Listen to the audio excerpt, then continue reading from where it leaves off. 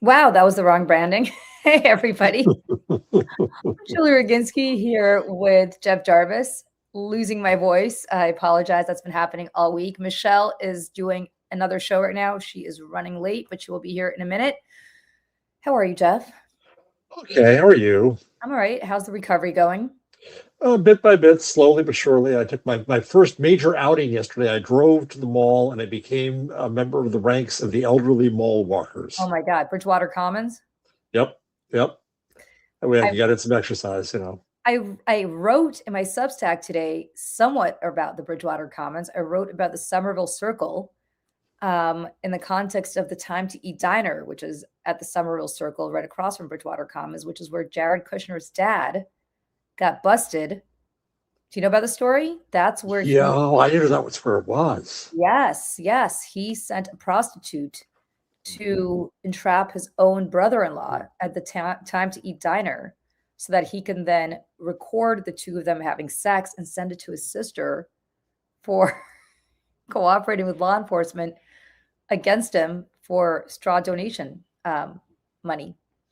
And that's Wow. how he ended up in prison. And that's how Jared ended up buying 666 Fifth Avenue. And that's how he ended up being bailed out by Qatar and yada, yada, yada. That's how he ended up apparently being discussed in an intercept, as it broke yesterday in the Wall Street Journal, by foreign nationals with respect to Iran. All of that happened because Charlie Kushner decided to entrap his brother-in-law across from the Bridgewater Common where you were mall walking yesterday. And Jared constantly tries to rehabilitate his father. Well, his His father father got, in France now. yeah, right, exactly, and got a pardon.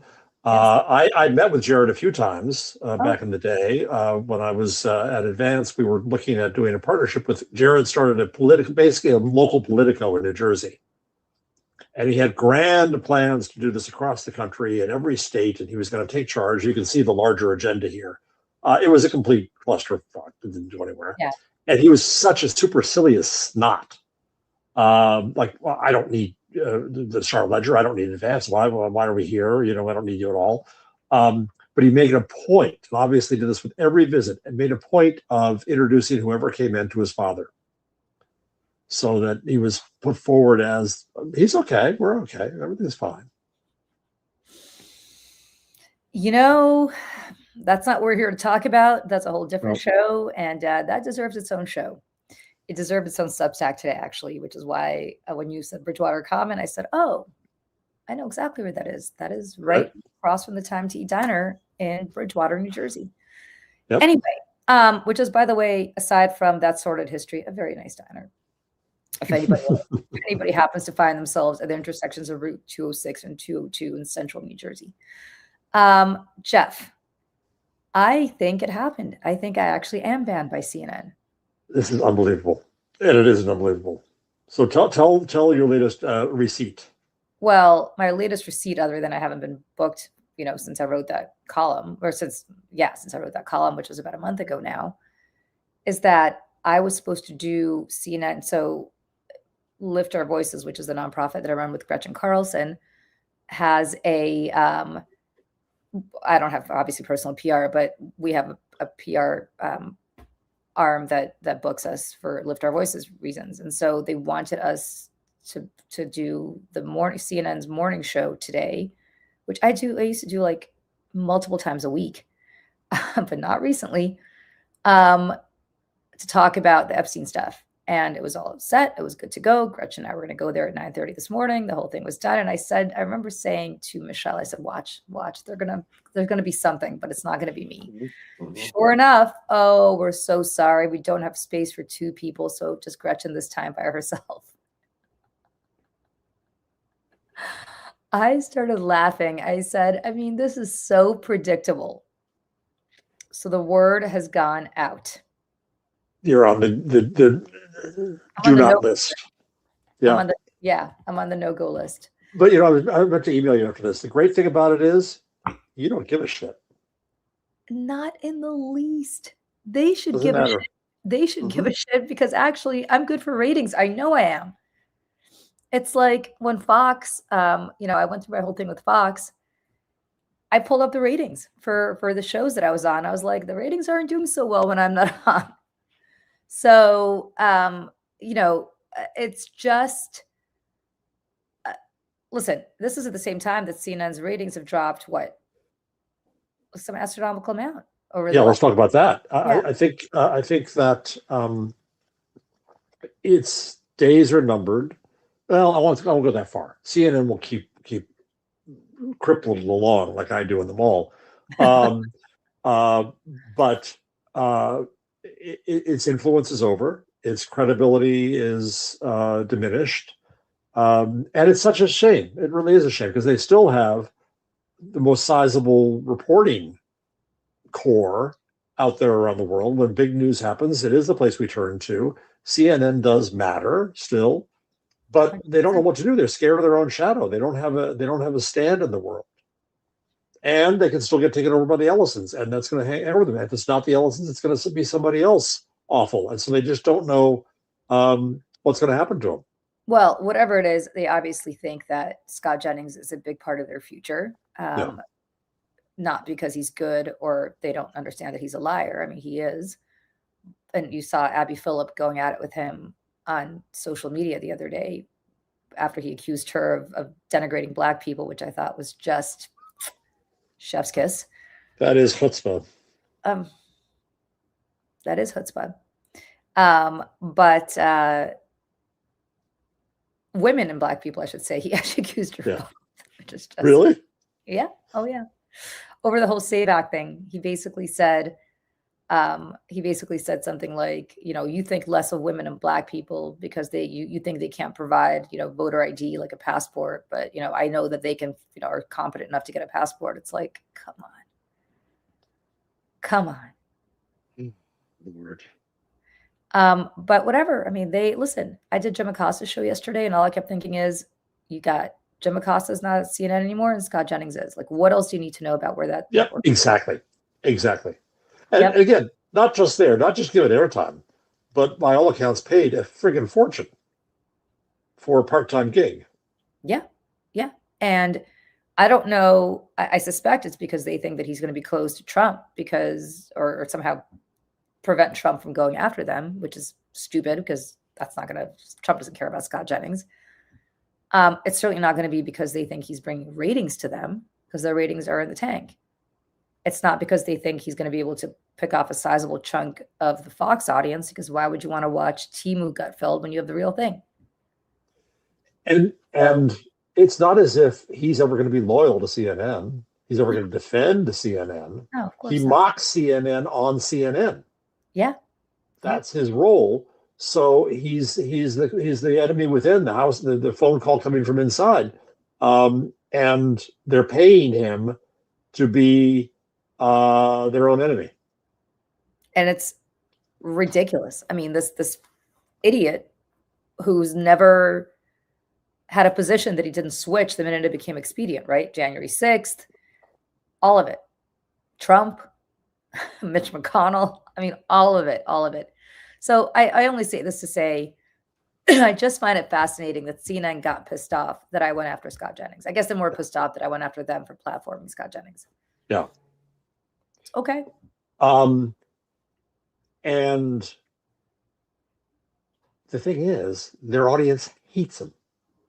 Well, a small group, right, is there for him to appeal. But as you just said, why would they watch him on CNN, not with Fox? So their core audience. I mean, every time, when I did go on, and I too got bounced today. Yeah. What show did you get bounced off of? They wanted me on the afternoon because all I've been on is Abby's show, and I said, you can use me elsewhere. So for the last 2 weeks, they said we're going to have you on to talk about Lemon and the Lemon case about Don Lemon. Oh, Lemon, yeah. And there was going to be earlier today's the arraignment, and no, it got booked up. That's fine. I mean, that happens. But I don't know where I was headed with this, but I just think that CNN is just kind of sad now. And again, there's good people there. They're trying to do good work. Aaron Burnett's fantastic. I will stick by the fact that I think Aaron Burnett has some of the best content on all of cable news. Like, she, I think, is very, very good. Yeah. and they're stuck in the middle. It's like, the Washington Post has passed this now. There were good reporters in the Washington Post still. Yeah. I don't know who's left now. I don't denigrate anybody who's there, but anybody who could leave left, got the hell out of there. Right. And I think the same thing is going to happen with CNN. And it's hilarious that Don Lemon. There's Michelle. Hey, Michelle. Hey. Hello, Lawrence and Dana from Welp. They say hello. So. She was stepping out on us with the Blue Amp people. Hello, everyone. Hi. So hopefully everybody here watched Michelle, all joking aside, on Substack over on Blue Amp on the on Lawrence Winterman and Dana Dubois show. Daily Whatever show. Yeah. We had a lot of fun. Yeah. They're great. So, but I will say this. I think it is fascinating that they are exploiting the shit out of Don Lemon these days after kicking Don Lemon to the curb. Oh, yeah. Right? Like if you're Don Lemon, you're like, yeah, okay, I'll be seeing you. Mm-hmm. Like they probably would. Has he been on CNN to talk to them about it? I doubt it. Yeah. I mean, if you're Don Lemon, why would you give him the ratings right after what they did to him? Exactly.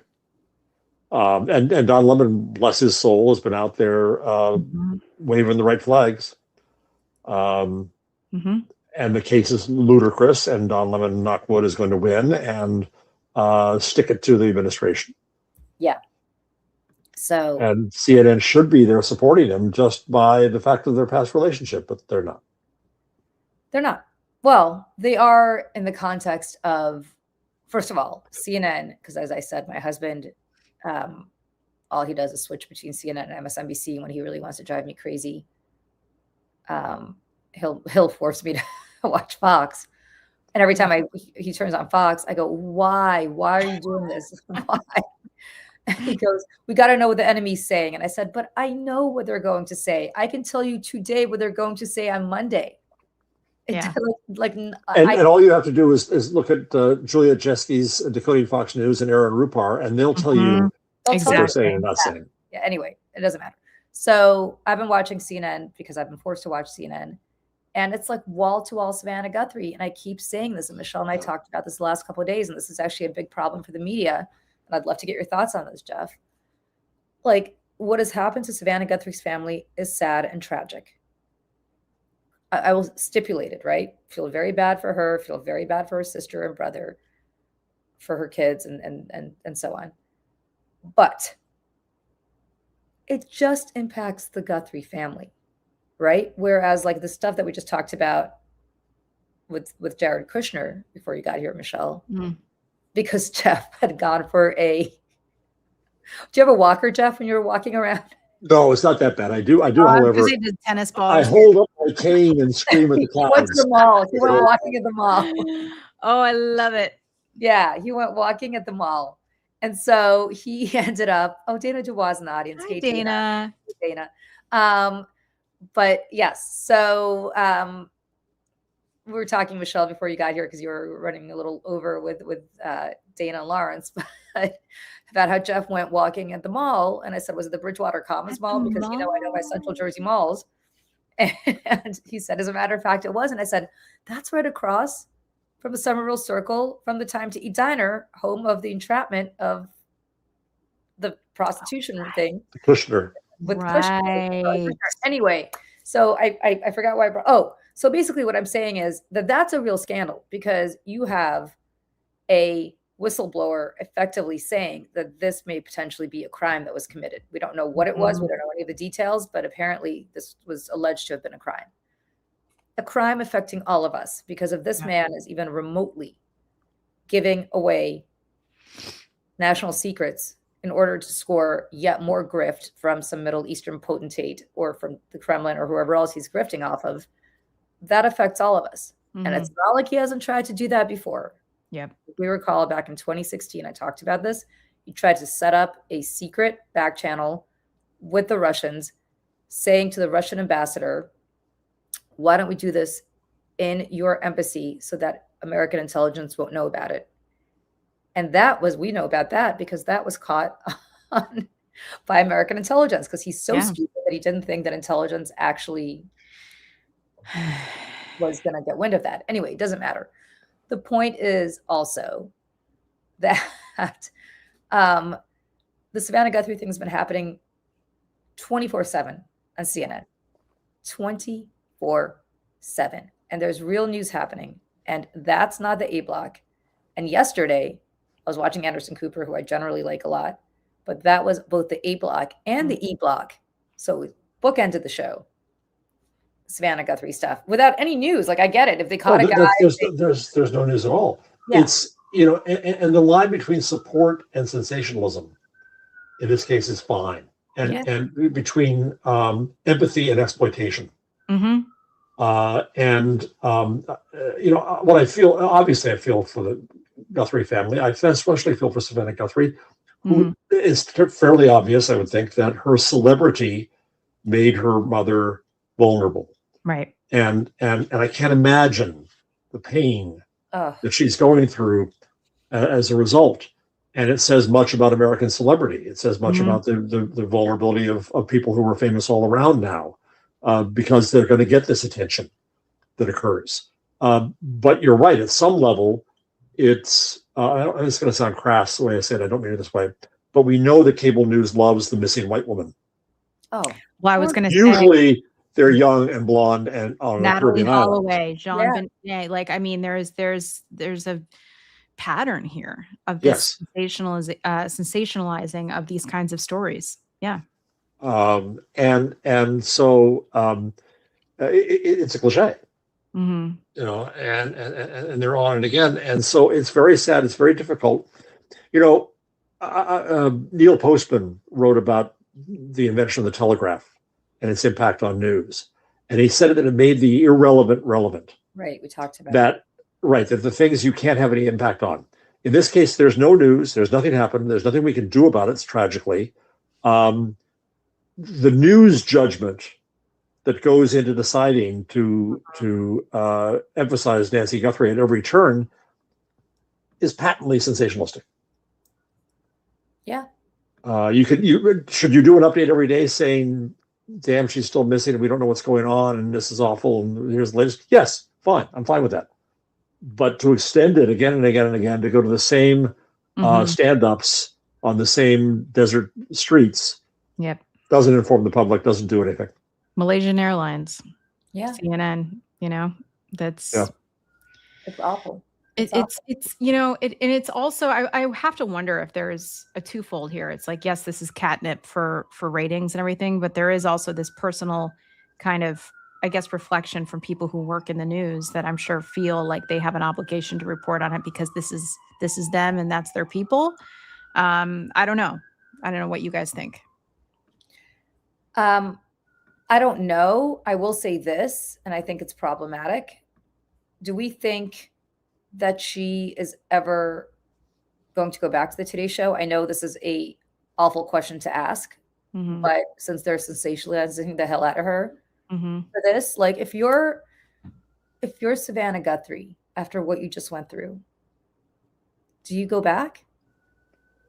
Right. Knowing that you're a walking target, if in fact you do end up paying some astronomical amount of money, it's an awful. I mean, this is putting anybody in the public eye in awful places because you can't. You know, look, NBC can provide security for, or not NBC, anybody, right? Any news network can provide security for any of their very, very high profile, very well paid anchors, but then for their husbands, for their moms, for their kids, for their nieces and nephews and siblings and whoever, like, you know, how far does this go?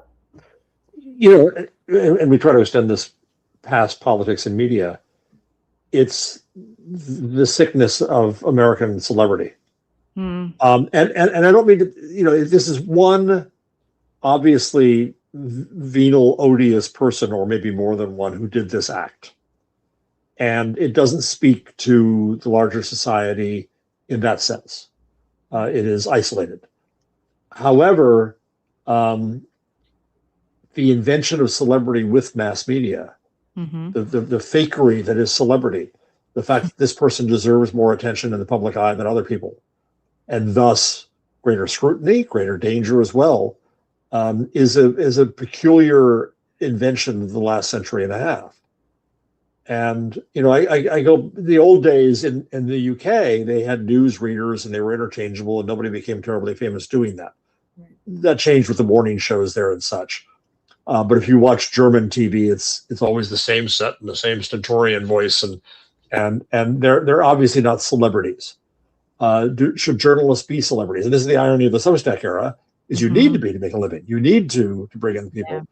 Yeah. It fed upon itself, and I don't necessarily know where I'm going with this, except to say that I think that, as everything American, we overdid celebrity. Like who we have elected as president. I mean, my God. Precisely. He is the apotheosis of this. He is the ultimate creation of the attention economy. That's why, because he only became president because he was a celebrity, right? It used to, what I found fascinating, and this happened about, I guess, even before Trump came down that golden escalator. Maybe even happened under Bush when Tony Snow left Fox News Sunday and then went to the White House to be the White House press secretary, if you remember, during the Bush era. But what I remember so clearly is that there were people who were elected officials, members of Congress, who would come on Outnumbered, which is the show that I used to do. And we'd always have a rotating, one lucky guy would always have one guy rotating every day. And these members of Congress would go there and you could see them auditioning to get a gig at Fox. Like you could see them auditioning. And it used to be that Tony Snow left a really incredible perch as the anchor of Fox News Sunday, one of the big four at the time, especially one of the big four Sunday talk shows, to go be the press secretary for George Bush. Now it would be the opposite. Now you have, his successor went from working in the White House to suddenly being a anchor at Fox. Dana Perino, Kayleigh McEnany did the same. I mean, all of them, right? And it's really fascinating how much you go into public service now to be a celebrity. Yep. And, I used to laugh at my son when he was about, your kids are probably definitely too old for this, Jeff, but my son isn't, about 5-6 years ago when he was 6 or 7, he would start 6, 7. 7 as a 13-year-old. That's over now, right? I know, I'm still doing it. we're now that we're doing it, it's probably over. Yeah, it's right. The kids are like, oh, the olds. Yeah, but he would, you'd ask him, like, what do you want to be when you grow up? And when you'd ask me that question when I was little, I'd say, I want to be a writer. I always wanted to be a writer. You asked him and all his friends, oh, we're going to be YouTube stars. This is a thing. This is there was a whole study, right, about TikTok, and right. So there's the Chinese version of TikTok that feeds kids science and educational history. And then there's the one that they would feed the Americans, which was all this other nonsense. Right. And they were asking, like, kids in China, like, what do you want to be when you grow up? And they're like, oh, astronaut, engineer, whatever. And they're like, in the United States, the number one career aspiration was to become an influencer online. Yeah. And that's what they all wanted to be. But that's little kids, and that's fine. I mean, it's not fine, but it is what it is. We're talking about adults who are in Congress who now want to be Savannah Guthrie. Yeah. Yeah. Right. Well, don't you think there should be, I mean, I think about, right, people, lawyers or other people who go work for the SEC, right? And to go get a job at Goldman after. There should be a cooling off period in between those two things so that they don't influence each other. Of course. And to tamper down on corruption. There should be one between working for the government or something and going into, media or going into something else. I mean, because, this is just what continues. And I say that for the right and the left. But this is the privileged class, and not to extend it too far, Ossoff's Epstein class. Right. So it doesn't really stretch into this area, but it is the privileged class of those who move around revolving doors. Story today, and I think the Journal, about Jamie Dimon and Epstein, and did he really know that Epstein wasn't the client of the bank in a huge way? And on and on and on and on. All these people of privilege, and privilege includes attention, and includes fame, and includes the ability to have your bully pulpit. And now we can all have unbelievable. But here we're on ours right now, which is what I celebrate, because I think that in the end will diminish the power of the celebrity. Yeah. The celebrity is not as big as it used to be, I think. Make being a celebrity cringe. You know what I mean? Like, make it cool to be private, and, you know, wouldn't that be something? Wouldn't that be something? Or admire your own stars. Yeah. Make your own stars. Yeah. Right? And value that. Because the thing about the mass media economics is that it was never as big as we thought. Right? A best-selling book sold to maybe 1% of the country. Yeah. If what's the audience for Abby Phillips' show these days? Oh my God, my Substack about Abby Phillips, about Scott Jennings, got like 10 times the audience. Right. I think in the demo, which is all anybody cares about, I think it's under 200,000. Right. Versus a population, the percentage is nothing. It's not mass, except for the Super Bowl, which reaches a third of the country. Mm-hmm. Nothing else reaches as much out there. So there's no, but we always thought that if it was the biggest, it was thus the zeitgeist. Yeah. If you were the most famous, if you had the most ratings, if you sold the most copies, if you were trending on Twitter, that somehow that spoke for the whole country, when it only reached a tiny proportion of the country. It never spoke for all. And so I think we have to reset our notions of big enough and fame and celebrity and authority back down to a human level. Mm-hmm. So I want to ask you both about a different. May I change topic? Of course. Can I just say one thing really quick? I just wanted to say also, this spreads across so many different industries too. Like, you know, my background is in theater, and right as I was leaving theater, my life as a performer was just when Instagram and those things started to become really big. And now, like, when my friends go on casting calls and they go on auditions, you have to write your social media stuff at the top of your resume, because casting directors want to see how many followers you have.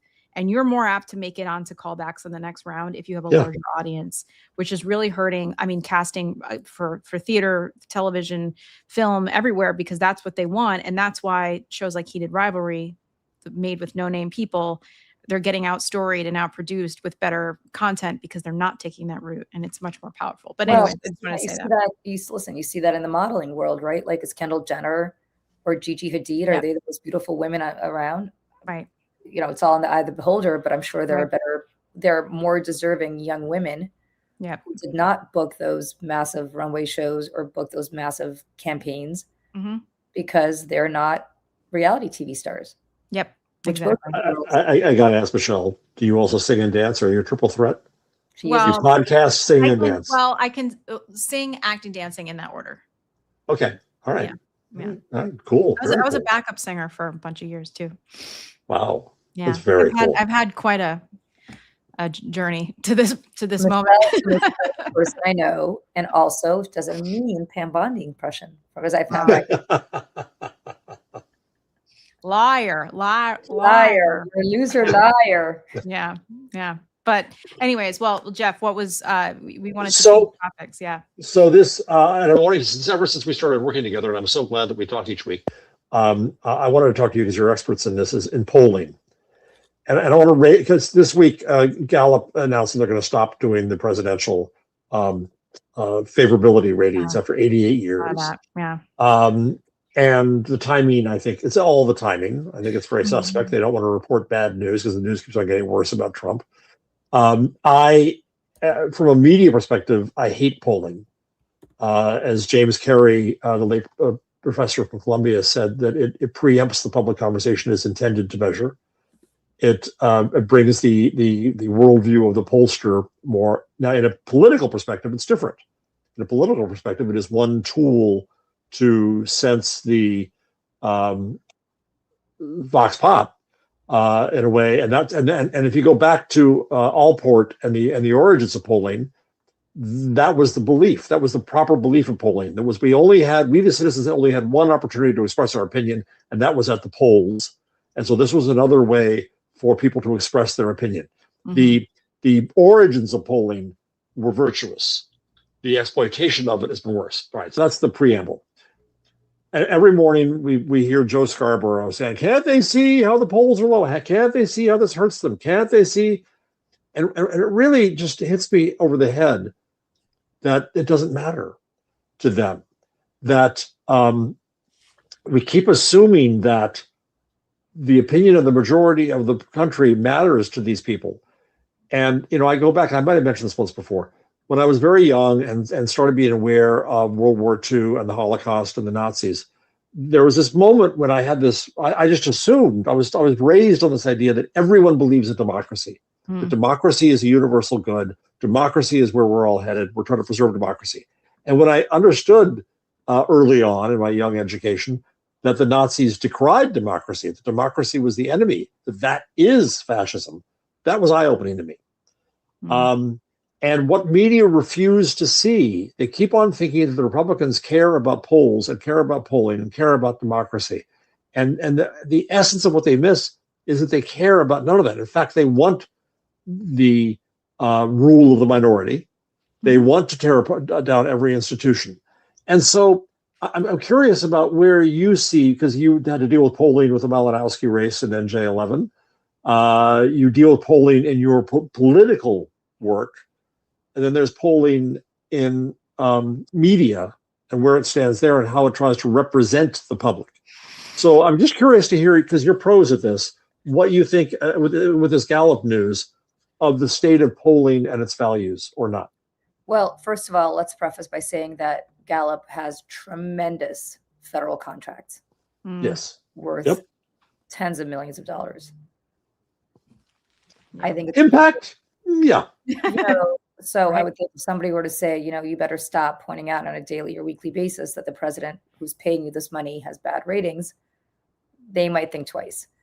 I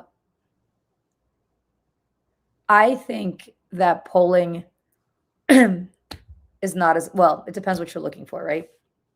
If you're looking at just the horse race, it all depends on who you sample and what you do and how the question is framed and so on.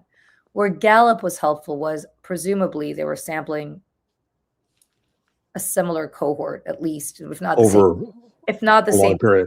Not the same people, I assume the same methodology was used to sample, right? So they were weighting it, which is a polling term, towards different groups in the same way. So let's say Michelle and I are both white women, right? Between the ages of, I'm making this up, to the ages of 35 and 55, which we both are. We'd be in the same cohort, though it may not be that both of us were polled week in, week out, year in, year out. Maybe one day that asked her, another day that asked me, somebody else in the same cohort the next day. But at least it was weighted in the same way. So I think that's useful. I think that is useful. And it does help to inform where the public is on the same question and the same subject. So if it's Trump, then it's Trump. If it's Biden, then it's Biden. If it's Jeff Jarvis, then it's Jeff Jarvis, right? But whoever it is. So that I think is really useful. I think that what polling does is it answers the questions that the pollster wants answered. In the way the pollster frames it. And, right. Exactly. Whereas focus groups, which is qualitative research, which I like more in some ways, lets a pollster just say, hey, what do you guys think about Donald Trump? And whereas a poll will say, I approve or I disapprove, a focus group, which is much more qualitative, so it's 10, 15, 20 people, probably no more than 10 or 15 people in the room. The question is asked, what do you think about Donald Trump? And somebody says, I think Trump is awful. And then they start to probe, why do you think he's awful? Well, I think he's awful because he's going too far at the border. What do you mean by that? And it has a real discussion. I always glean. I love watching focus groups. Like my happy spot is watching focus groups. Yeah, that's what's it's your Mad Men. It's my Mad Men thing. If somebody paid me money to just watch focus groups all day long, every time I work on any kind of campaign or even for a corporate client and I see and I have the opportunity to do focus groups, I'll do them just because I love it. They always surprise me. Yeah. Always. So I've been around this long enough to know I never trust my gut because focus groups always shock me. Like the American people never fail to surprise me. And so I think it's very humbling for all of us who are like, we've been at this for 30 years or 40 years, or I've been at this for so long and we know what we're talking about. No, you don't, because your face is pressed up so far. Well, right. Especially like the Beltway folks. I'm like, man, Yep. you all need to step out. All of them. Now, I will tell you, Michelle was on the phone with me, and so she knows I know how to read election returns. I know how to read polls, and I know what to look for. And so on election night, when the networks were calling this for Malinowski last week, I said to Michelle, I go, Michelle, I have a really sinking feeling here. And Michelle said, what do you mean? They just called it for him. I go, I'm telling you, I have a sinking feeling here. Like that part with it's not my gut. It's just having been around knowing stuff. But if you ask me, like, I'll give you a great example. At the height of when they're putting kids in cages, we did a focus group with Latinos. And I was like, these people are going to be outraged about what's happening. And it was the opposite. These Latinos were like, you don't want to come here. You don't want to come here the way we did. You don't want to come here legally. Put them in cages, throw them out. You don't want to be separated from your kids, toss them to the curb. And me with my white liberal guilt was like, this is awful. What's happening here? This is terrible. I mean, it is. It is. Right. Not what I saw with Latino voters in that particular focus group. And at that point, I realized Latinos were about to be lost to the Democratic Party.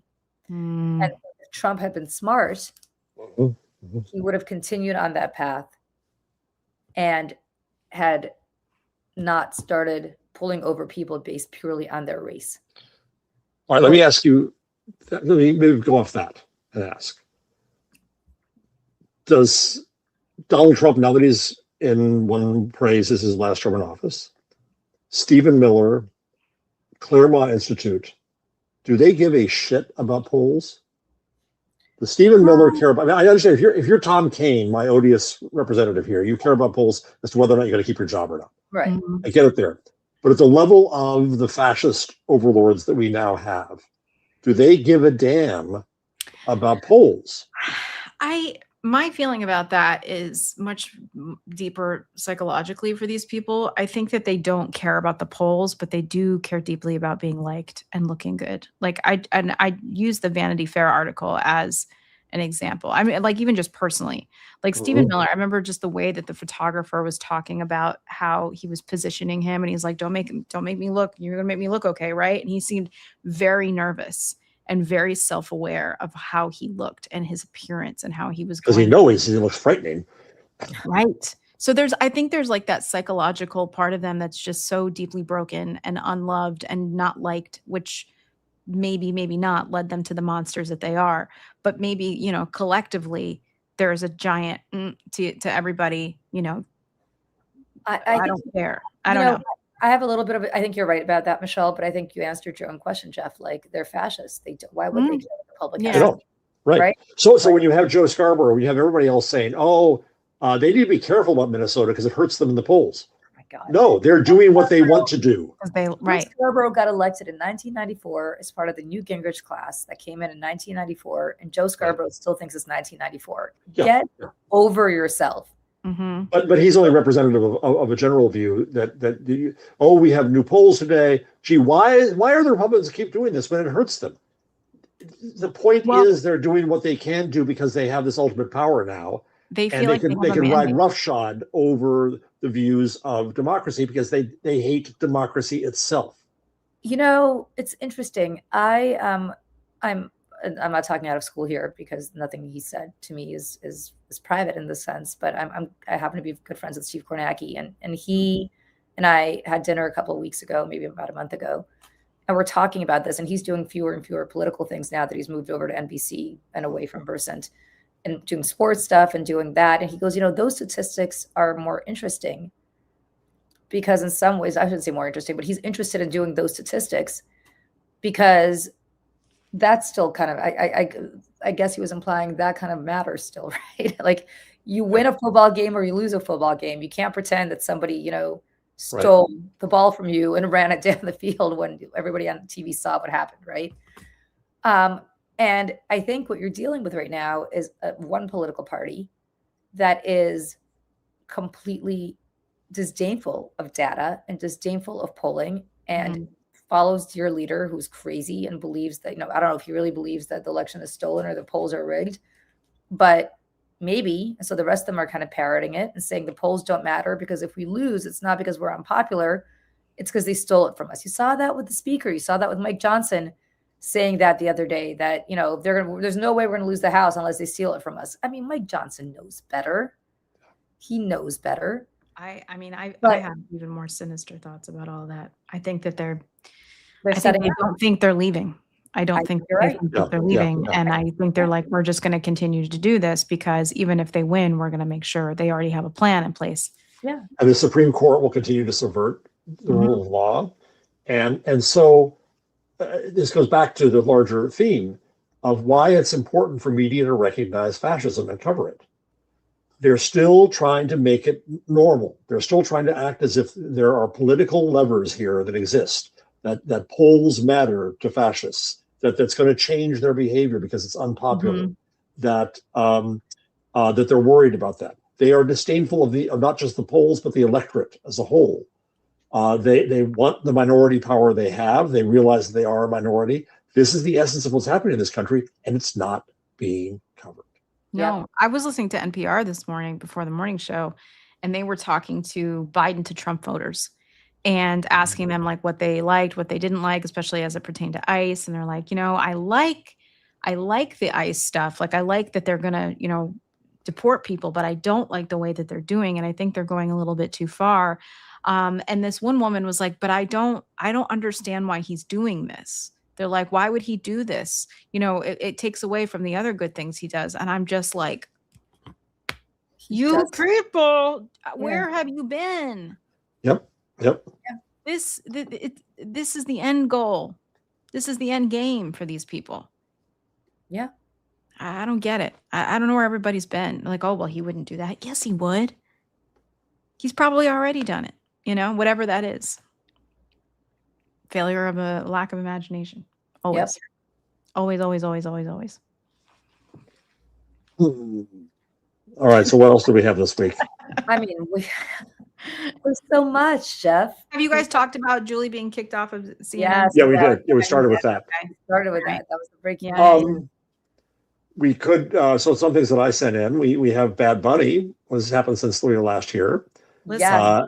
The Republicans going melting down over that. It's just hilarious. Yeah, they're still melting down about that. Still, they're opening up an investigation into him. And to quote Julie here, because she had talked to someone who works in sports at a very high level and said that the NFL is not blue, it's not red, it's green. Yes. And again, Yes. like this is where, this is where the country is. The NFL is not stupid. Like a lot of these corporations, they see where the country is going and where the money is, and that's what they're going to present to. And they want to attract Latinos to the sport. Yeah. From the other football. Yeah. And he's the biggest thing. And this is where, to his credit, Joe Scarborough screams this too every morning. Like, idiots, this is business. This is business. Smart business. And the right is losing the culture war. And no matter how many times or how loudly they shout from the rooftops, no, we're winning. We're winning. Everyone loves what we do. It's just not the case. Well, because it becomes a self-fulfilling prophecy, right? Because if you tell enough people, and here I really am losing my voice, if you tell enough people. You've had too much to scream about all week. Yeah, exactly. Truly. That I'm a 6 foot tall blonde.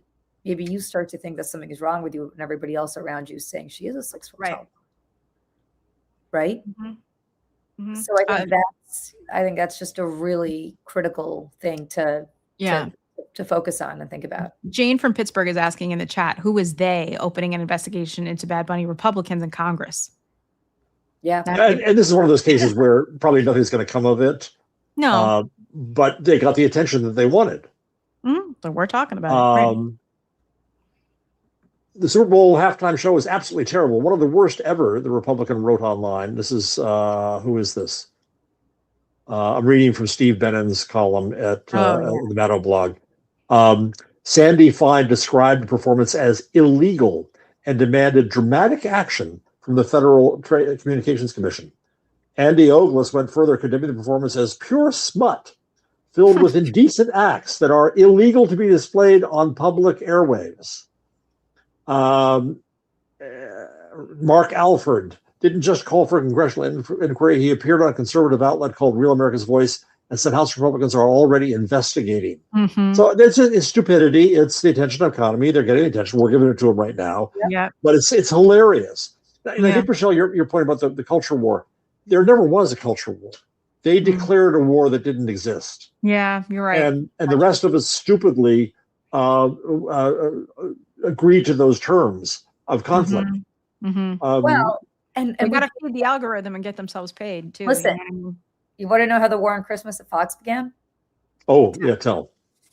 So, which is really like where the culture, a big escalation of the war. If you guys remember, Bill O'Reilly used to do this whole, there's a war on Christmas, there's a war on Christmas. By sheer coincidence, I used to have a house in the Berkshires. And I had a friend there who I met completely unrelated to anything. I was at Fox at the time, but I was completely unrelated to Fox, who it so happened was still a very good friend of Bill O'Reilly's, which I was shocked to find out. And they had gone to school together, and it was a whole thing. Weird. Bill O'Reilly came, this guy was a fairly conservative guy. And Great Barrington, which is a beautiful little town in the Berkshires, which is a very artsy community, and is the last thing that you'd ever, I mean, there's the opposite of like Fox and Trumper and whatever. This is well before Trump, but I mean, these are nice liberal, crunchy artists. God, I miss the Berkshires. Anyway, so an aside. Take me back. I love the Poconos are okay. I'm not in the Poconos. Don't you ever say I'm in the Poconos. So anyway, but the Berkshires, so there's a town called Great Barrington there, and Great Barrington put up a Happy Holidays sign. Oh, God. And this guy who had gone to Catholic school, I believe, with O'Reilly, texted O'Reilly and said, "Can you believe this? They wouldn't even say Merry Christmas." And the war on Christmas had begun. Hitting. Because O'Reilly understood, not because he's a moron, but because he understood that this was going to be something he would milk through immense ratings. And it was using this communist town of Great Barrington, population like 30. 30. Right. It's for the Berkshires, it's a fairly town, but I mean, like, come on. To suddenly say, like, this is it, this is what happens, and this is this whole war on Christmas. So, you know, we all joked about it. All of us are like, oh, here it comes. You could say Merry Christmas again. It's the war on Christmas now that Trump's back in the White House. We could say Merry Christmas again. Nobody's going to make us say Happy Holidays anymore. Like, haha. We're giving them the narrative. We're giving them attention what we want. Yes, exactly. And mocking them for it. Same with woke. I mean, they've been brilliant at things, right? Death panels. Death panels. We have the death panel now. It is RFK.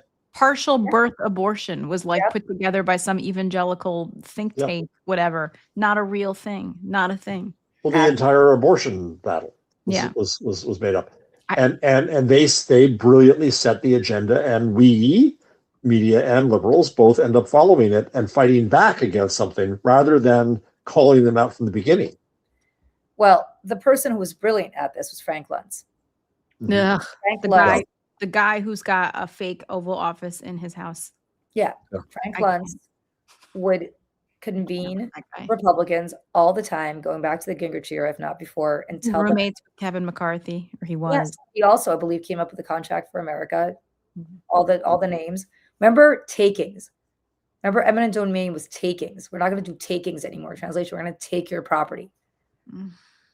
You know, all of it, and all of these, as you said, partial birth abortion. Yeah, let me just tell you a few. So I used to work at Lincoln Project, right? Which means that if you're pro-life, I used to be pro-death.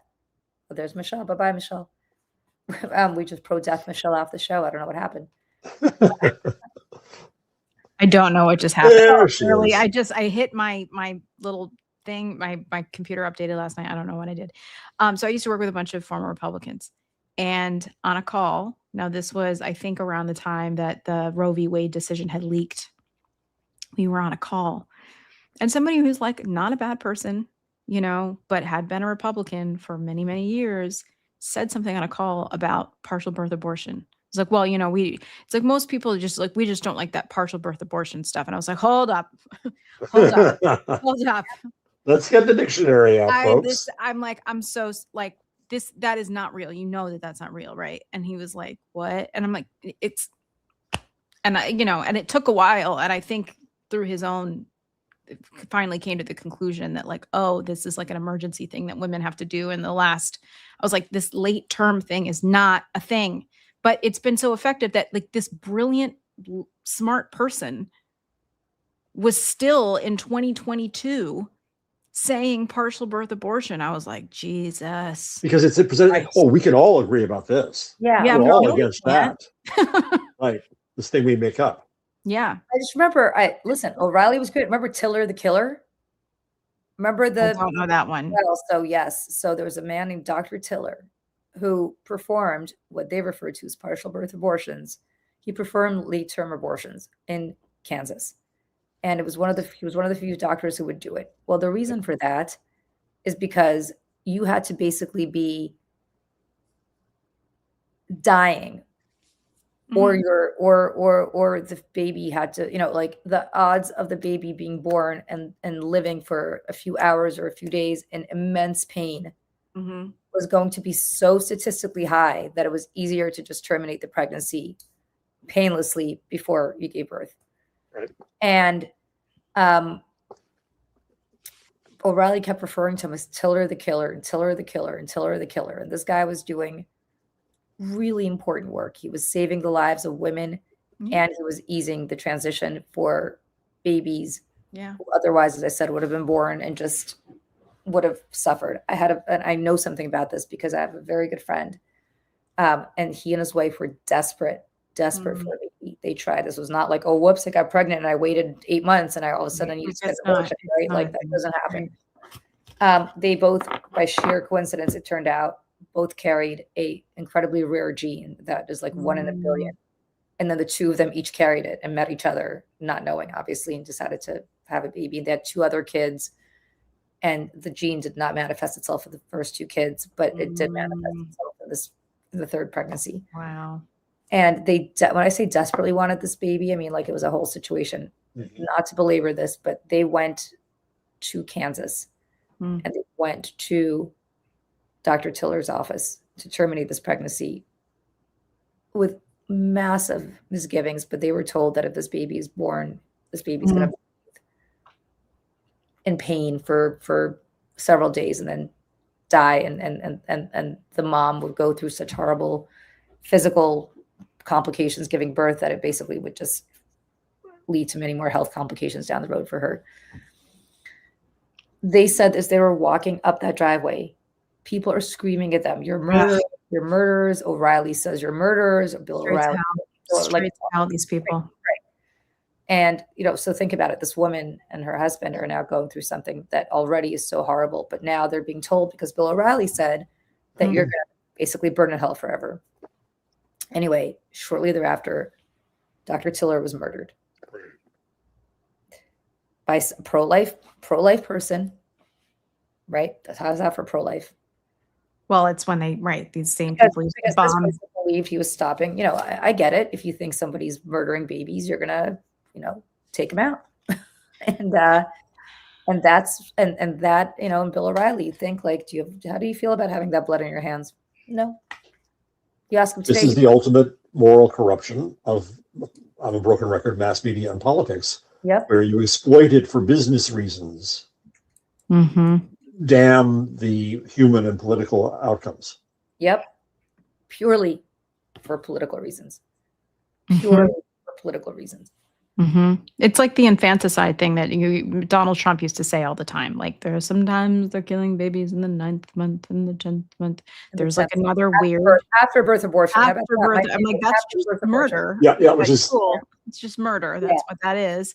And that all stemmed from a radio interview with Ralph Northam. And he had been, I think, asked about something about palliative care of newborns who were born with, you know, something awful and like we're going to die or something like that. I forget what it was, but I think it was like have something to do with palliative care. And that they took that and absolutely ran with it and said they're killing babies in the 9th month. And I'm like, it's not, again, not a thing, but they don't care. They just say it. And that's where like Democrats, I get, are just, we're constantly on defense with these things. Yes, We're not on offense. yes. And same with the SAVE Act, right? They're completely rebranding the SAVE Act right now as like calling voter ID thing. Yeah. Like a voting. Well, we just want secure elections. Why don't Democrats want secure elections? And what Democrats and anybody in the opposition of this need to continue to say is they want to take the right to vote away from 70 million married women who are participating in the party. They hate democracy. The aim is to destroy democracy and keep them in power. And if they're out of power in the House or the Senate or even the White House, they now have the Supreme Court. Yep. For generations. So it won't matter. That will get them back in. This is fascism. We're there. Yep. Yeah. And back to health for a moment. I'm enraged this week that the Moderna flu vaccine won't even get reviewed. This is where we are. The anti-vax movement. It's not a movement. It's a bunch of stupid idiots. Yeah. Given credence here. And the person in charge of that, the great moment in social media this week, is that RFK Jr. said he's not scared of germs because he used to snort coke off of toilet seats. We talked about that today, and it's What like, a time. okay, What a time. hey, This is the man in charge of our health. This is the man that all these like crunchy white moms, these wellness to MAGA pipeline bullshit are listening to him and all fun. Oh, but we can't have red dye in our food. I'm like, are you kidding me? The stupidity is astounding. It's like we have so much information that we know absolutely nothing. Yes. That these and things are once again, it doesn't get covered properly. It doesn't. By the way, You know, how down bad are you that you have to sniff coke off a dirty toilet seat? I mean, Like, maybe there's just what's wrong it's with like your I don't know where to do this. I'm trying to figure out. The toilet seat is slow. I don't want to get too geometrical here, but the toilet seat is sloped, and you'd think that it would kind of go into. I don't know how he did that. Right. I did drugs so much, I'd be the one to push it into the toilet seat. But my point is, like, I'll just say this, and all the women out there will understand this. You know those little palettes that you put your foundation on, the little mirrored palettes, Michelle, right? Which people, I guess, and other uses for it include snorting coke off of it. There's little. I couldn't find mine. I haven't been able to find mine for a week. Not to snort coke, as I said. I eat drugs. to mix your foundation to your beautiful shade. So guess what? This has been serving me quite well, Robert F. Kennedy. You don't need to actually go be gross. Oh, you're right. Yeah. Much like Donald Trump. See, much like Donald Trump, I have foundation on my hand because I can't. I couldn't find. Except yours looks like it might match your skin. He just takes geisha makeup and just slaps it on. You know, he's like, doesn't that look good? The opposite of geisha makeup. Geisha makeup, I think, is like ultra white. It's like well, that's what I mean. Like he was putting like the lightest shade on his hand. I was like, what is that? Oh yeah. Oh yeah. Yeah. Just ridiculous. I just listen. I commend anybody who can really pay attention to all the things all the time, because we were talking earlier. You know, just this morning, and then the show that I did with Lawrence and Dana, and it's just, you know, times is dark, and it's everywhere, right? It's health, it's information, it's media. It's like, even, you know, there was this story, I think it was in the New York Times, about private equity and how all these biopics are being made now, like Bruce Springsteen stuff, because private equity is buying up the libraries of these artists. And so they're like, how are we going to like boost the sales? Okay, let's make a biopic about Bruce Springsteen. People will buy more. Like, follow the money. Everything sucks. Britney just sold her catalog. Yeah. Britney Spears? Yeah. Yeah, good for her. Yeah. Well, I don't know if Britney needs more money to be up to buy more kids to dance with. Britney. Listen, I was such a huge Britney Spears fan. Like, she was on the Mickey Mouse Club. We're the same age. And I loved her. I thought she was awesome. And slowly but surely, you just saw her wither away. and the way that you have to wonder how she was treated. I mean, we were talking about Roman empires earlier. What is my Roman empire? My Roman empire is watching old interviews of Cameron Diaz and Britney Spears and all these young women being interviewed on talk shows as young, like teenagers in early 20s, being completely sexualized.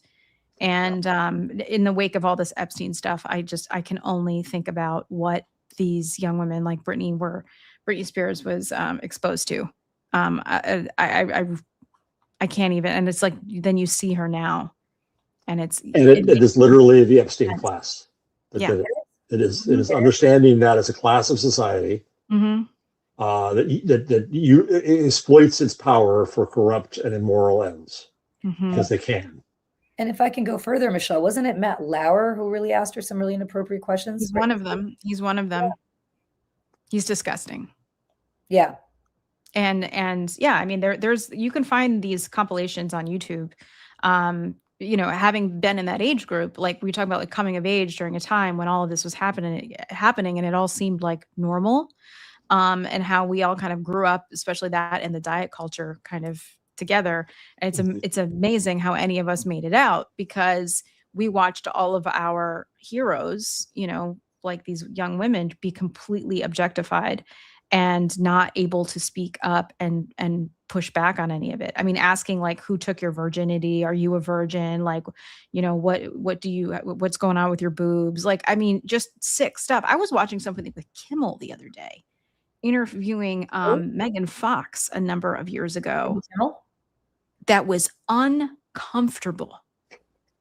Right. And it was all David Letterman. There was an interview with him with Julia Roberts, like kind of grabbing her and trying to kiss her. And it's like,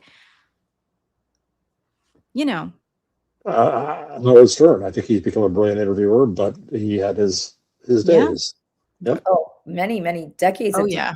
Many decades of days. That's why I never liked listening to Howard Stern, even when I was, now, oh yeah, he's super gross. I'm the age where he was really coming up here locally in New York when I was teenager older.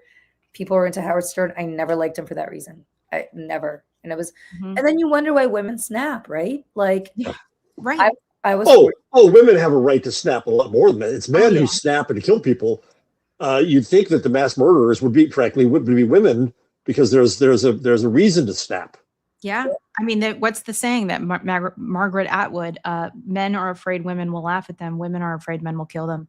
Yeah. And it's just, and again, like I follow Britney Spears on Instagram. I don't know if anybody else does. You see all her videos and you're just like, oh my God. And it just makes total sense. It's so sad. See earlier discussion about the perils of celebrity. And the fact that she had to pretend to be some virgin until she got married, which of course is a total manifestation of whatever her parents or her agents decided. And got pregnant, and Justin Timberlake forced her to get an abortion, and she couldn't talk about it. And so, like, I mean, it's in silence. All these young women suffer in silence and are pushed to their limit. And then they snap, and then you're like, you're crazy. She's crazy. Well, I can tell you a little bit about that, because now we're talking about NDAs and about the mental health toll. And we're actually studying it in my nonprofit world, which nobody's ever bothered to study before. We're actually doing the first of its kind to study mental health toll of silencing mechanisms. But I can tell you from personal experience, the toll that not being able to talk about a really traumatic incident takes on you, whether it's Britney Spears having an abortion, or in my case, everything I went through with your former governor there, Phil Murphy, which now I can talk about because finally he let me out of my NDA. But the just of having a narrative written for you that you can't respond to, and sitting there and just completely ruminating all night long. Your husband's asleep, your son's asleep, your whoever, and you're just sitting there at 3 a.m. being like, what the hell just happened to my life? And you can't talk about it. Right. And I consider myself, I think, maybe you guys tell me, maybe I'm wrong, a fairly mentally healthy person, in the sense that I wasn't fragile to begin with, because I've been through some stuff as a kid. So kind of, go through the whole immigration process. It kind of, nothing else seems quite as scary, but you shouldn't have to be that way to get through this kind of stuff. and you're talking about the mental health toll that being, and then add to that being in the public eye the way Britney Spears was. Mm.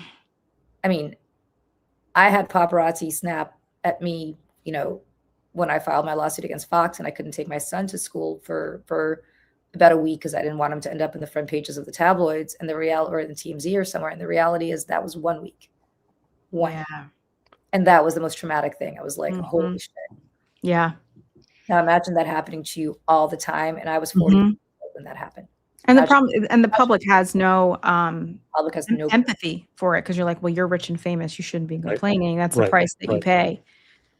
You know, just because you can sing and dance like Britney, or I guess dance like Britney. She could sing, and then they took it away from her. It makes me so sad. She was on Star Search. Anyways, keep going. Okay. Well, the point is, just because you can sing and dance like Britney doesn't mean that you deserve to have all of that happen to you. And with your horrible parents who just, you know, like, her dad.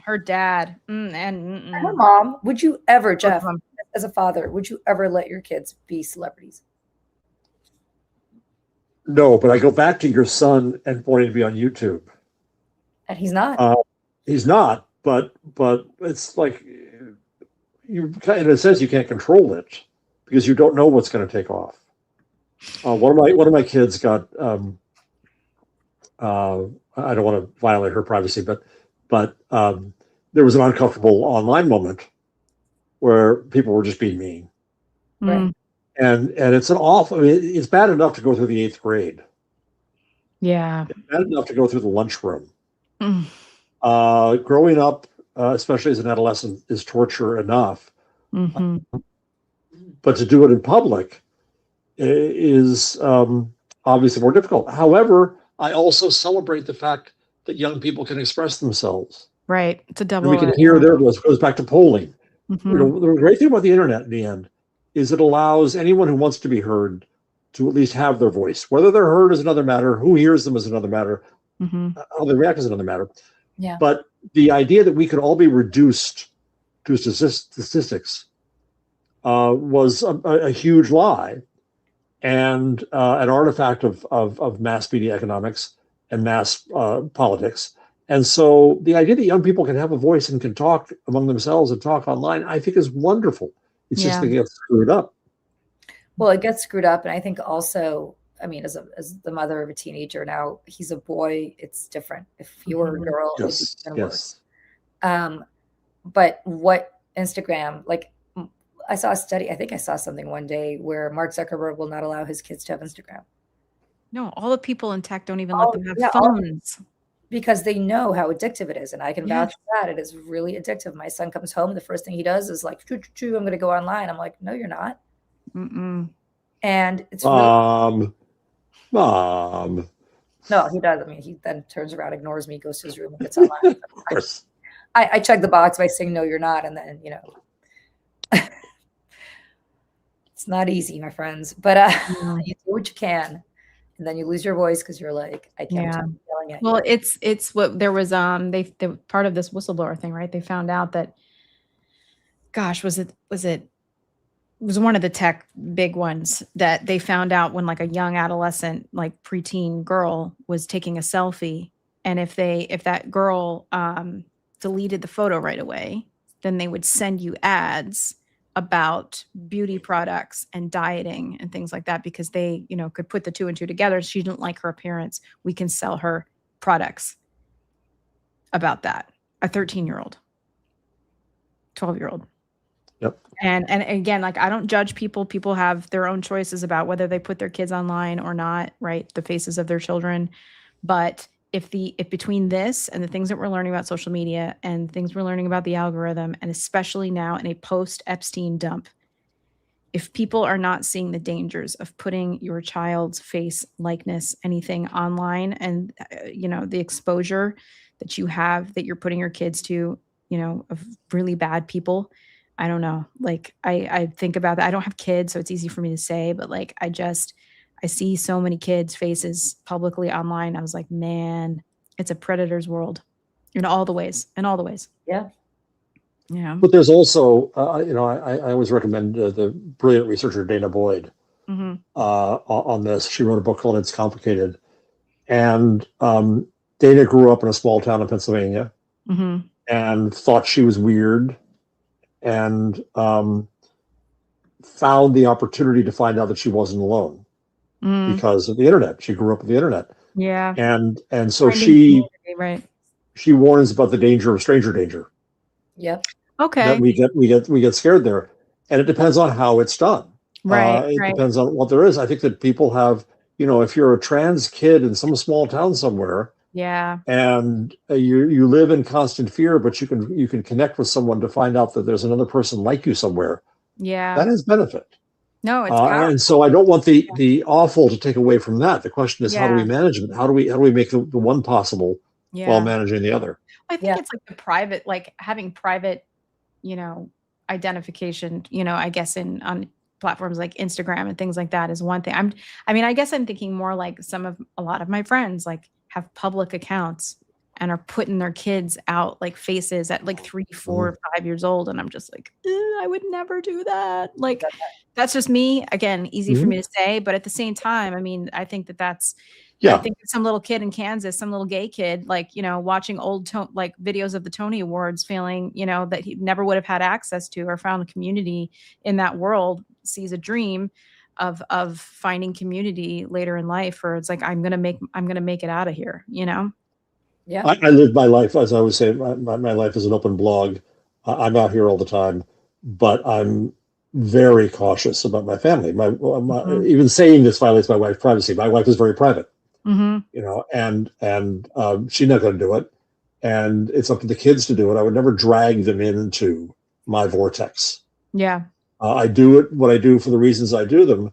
I learn from it. I find value in it. I meet great people like you. I have reasons, but that's me.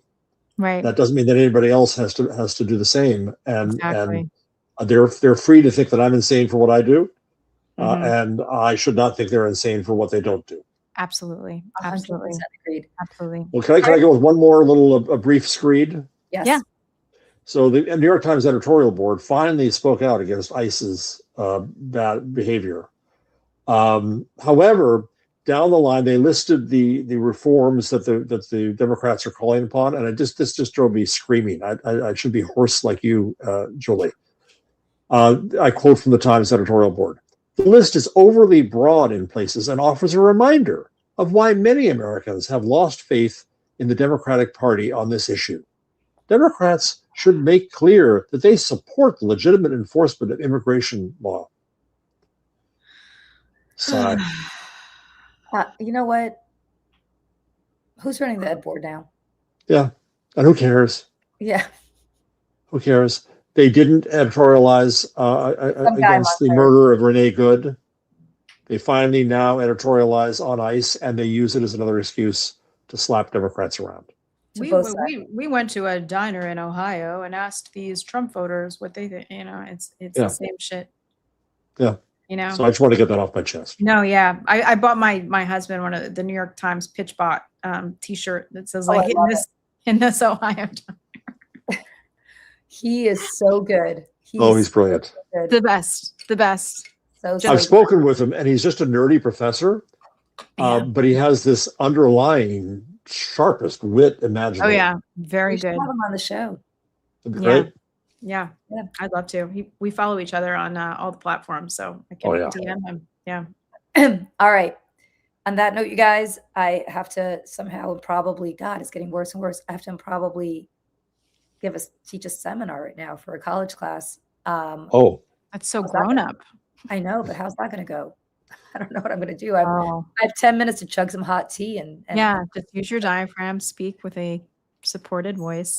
Put out questions and have them talk a lot. That's good. Professor Jarvis knows. Yeah, that's good advice. Professor Jarvis knows what to do. I will do that. That's a good idea. All right, I'm going to go chug some tea before I start in about 15 minutes. Stay well. Everybody in the chat. See you later. Jeff, standing invite. You want to join us at 10 o'clock tomorrow morning? Come on over. Do Saturdays with us if you're in the mood. Okay. On that note, we'll see everybody. Michelle and I'll see everybody. Maybe Jeff, if he feels like it, tomorrow at 10 a.m. Eastern. And then Monday morning, again, at 8 a.m. Eastern for the Mayday Morning Show. And right back here on Friday with Jeff again. All right. Bye, everybody. Bye, everyone.